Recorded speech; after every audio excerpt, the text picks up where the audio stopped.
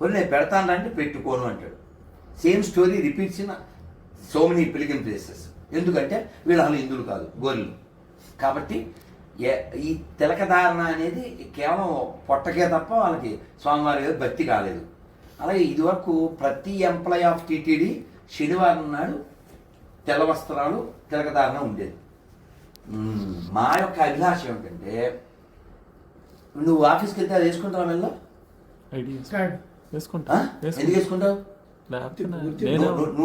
నువ్వెవరు, నువ్వు ఏ కంపెనీ కూడా తెలియాలి. మీరు కూడా అంతే కదా సార్, టీవీ పేరు అంతే కదా సార్, అదే.